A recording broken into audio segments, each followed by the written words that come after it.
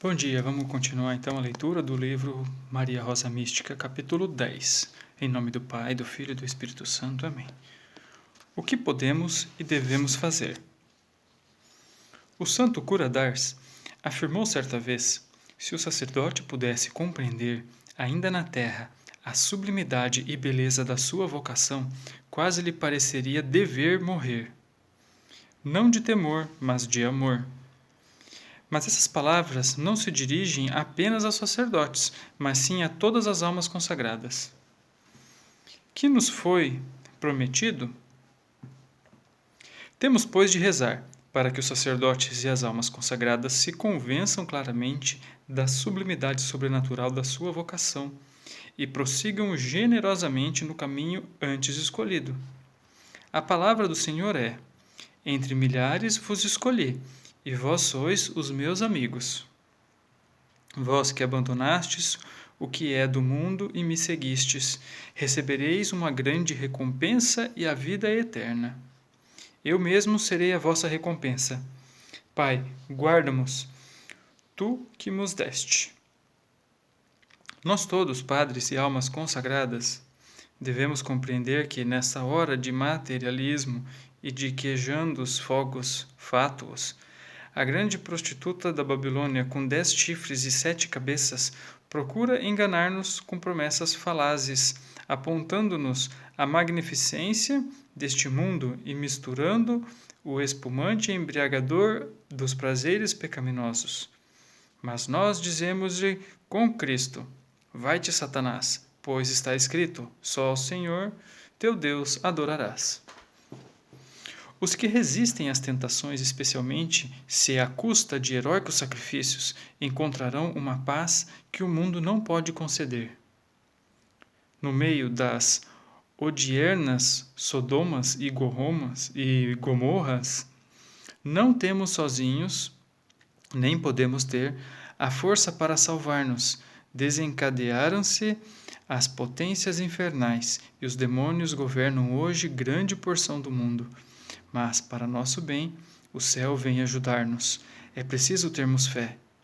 Quando Lúcifer e seus apaniguados quiseram tomar o céu de assalto, São Miguel Arcanjo, com os espíritos celestes fiéis, ofereceram valorosa resistência, absolutamente unidos à divina vontade.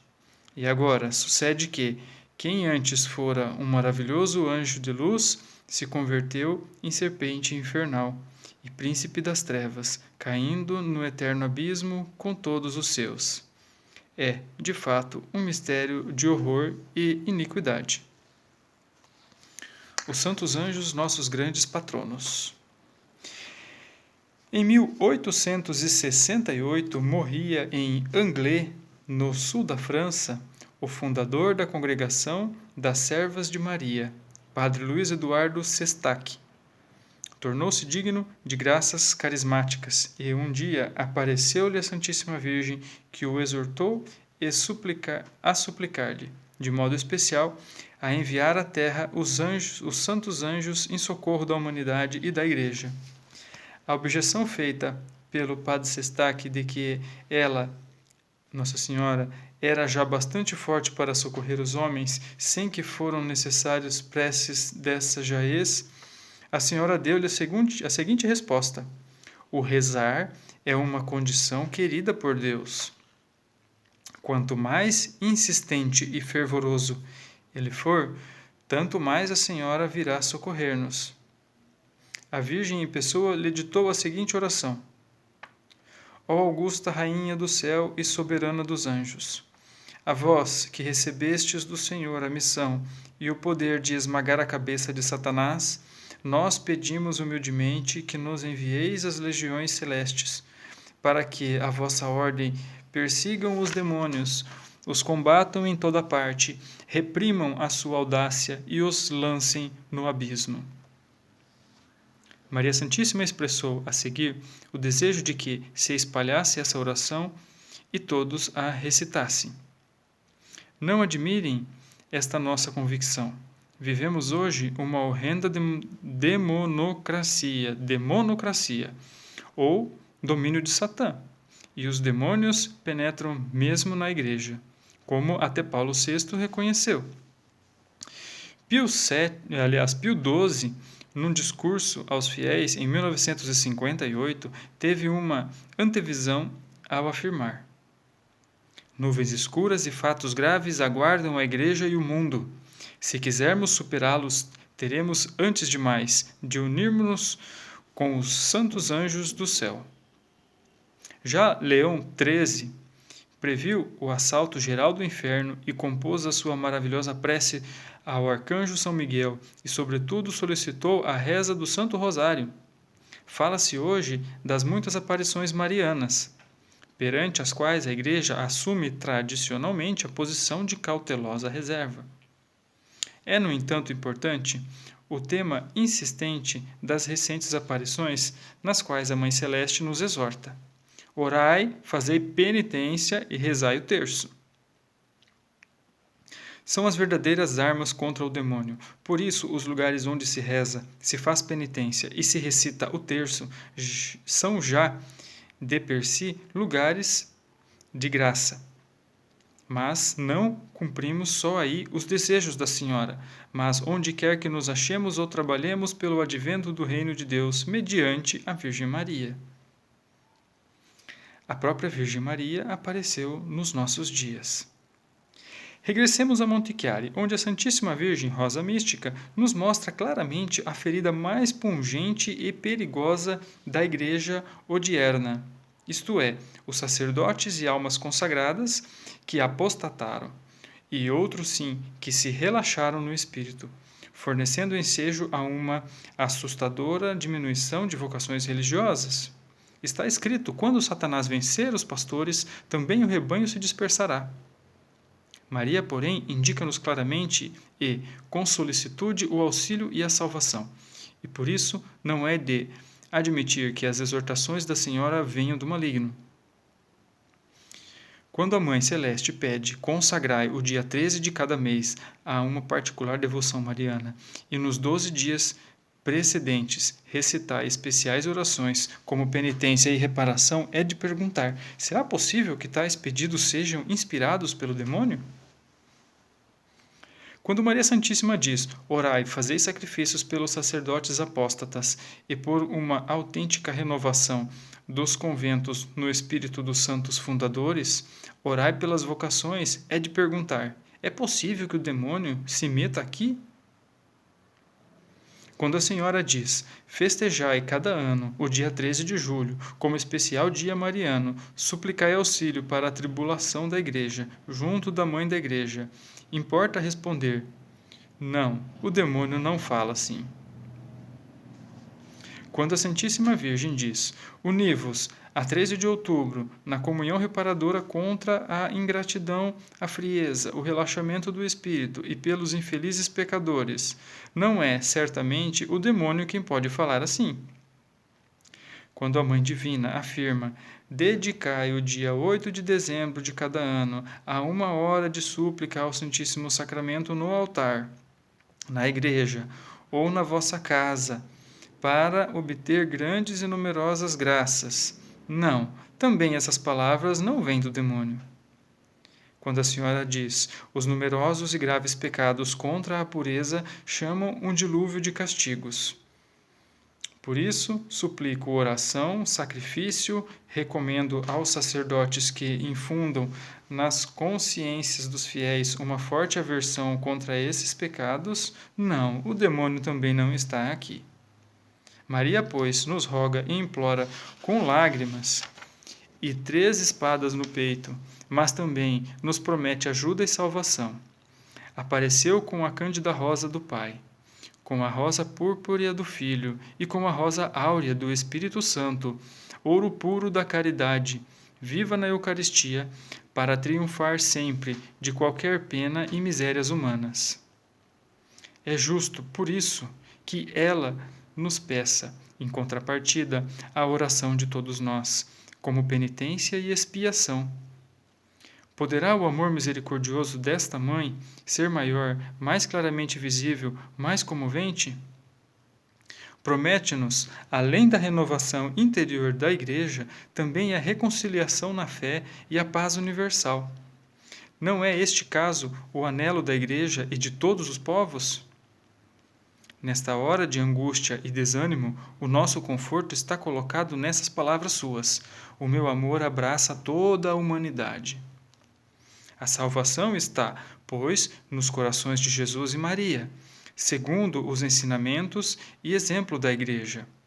Quando Pio XII fez a consagração da humanidade ao coração imaculado de Maria, declarou, entre outras coisas, o seguinte: o nosso predecessor, Leão XIII, consagrou todo o gênero humano ao coração santíssimo de Jesus, e nós consagramos, com júbilo, o mundo ao coração imaculado de Maria.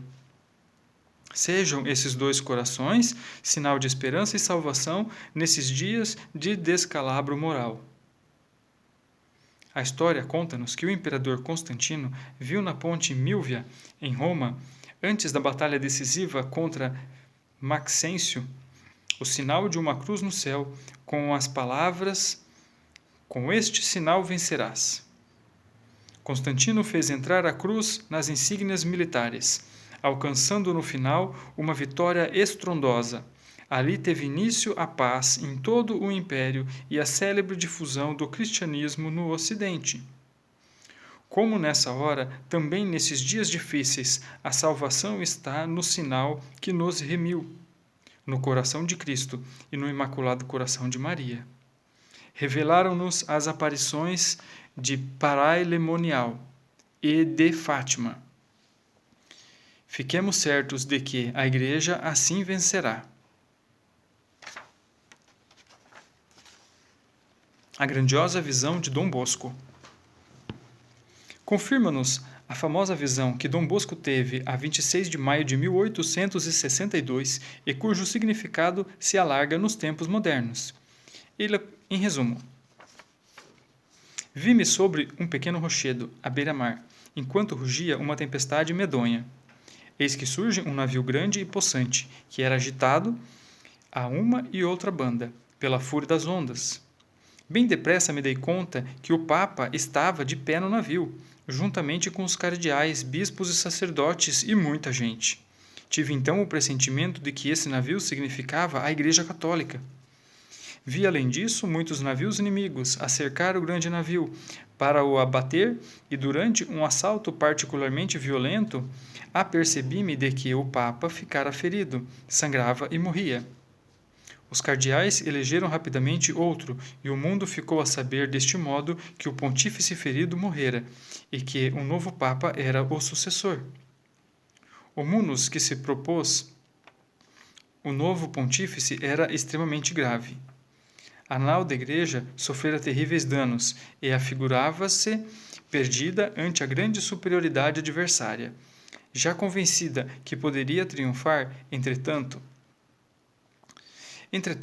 vi erguer-se do mar, em borrasca, duas magníficas colunas de luz. Sobre o topo de uma delas estava suspensa uma grande hóstia branca, e por baixo li estas palavras: Salus Credentium, salvação dos fiéis.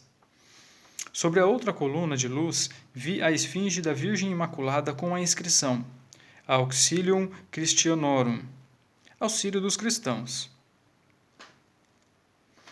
Com a aparição das colunas resplandecentes em meio da borrasca, pareceu-lhe que a gente recolhida no navio ganhou esperança e conforto, e o novo Papa eleito ordenou que o cortejo avançasse em direção às duas colunas de luz, junto das quais mandou ancorar fortemente o grande navio.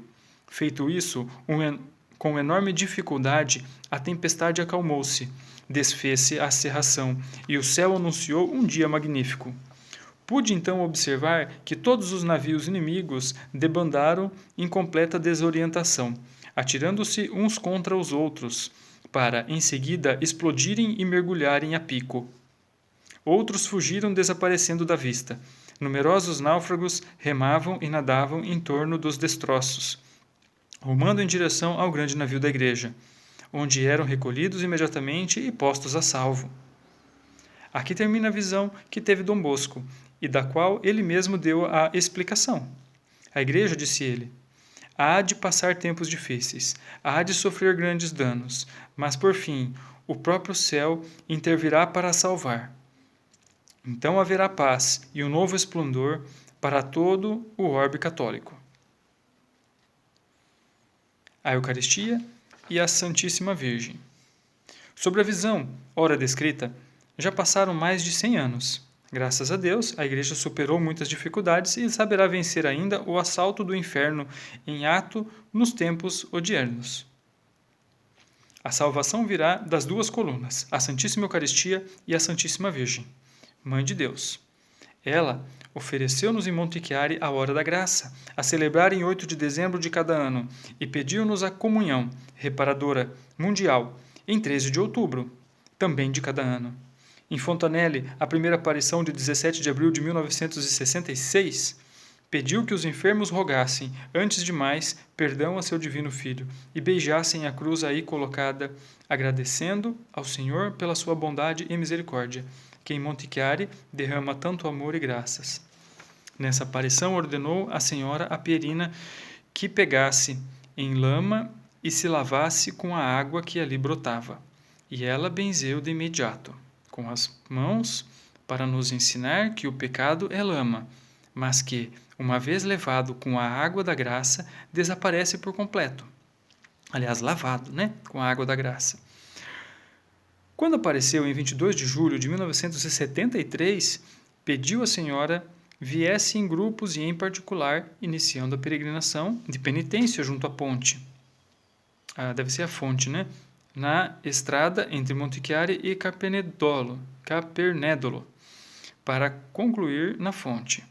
É uma extensão de pouco mais de meio quilômetro e deve percorrer-se recitando orações penitenciais e invocando perdão e misericórdia do Senhor.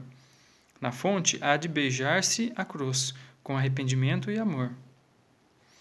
A Santíssima Virgem não pede só orações pelos outros, mas também uma verdadeira dor pessoal, a fim de purificar a própria alma da lama do pecado, mediante a confissão sacramental e da Santa Comunhão.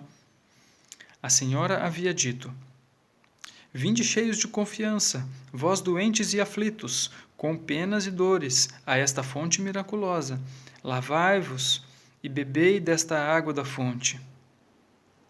Para muitos será uma fonte de cura, da qual todos auferirão conforto para oferecer a Deus a própria cruz e renovar a mesma vida graças ao amor e à misericórdia celestes. Já que a Mãe de Deus e Nossa Mãe foi enviada a Monte Chiari e a Fontanelle para, uma vez mais, nos proporcionar a mensagem da salvação. A sua voz materna ressoa ainda na planície bresciana, na Brécia, até os confins do orbe. O meu amor abraça toda a humanidade. Terminamos aqui o capítulo 10, em nome do Pai, do Filho e do Espírito Santo. Amém.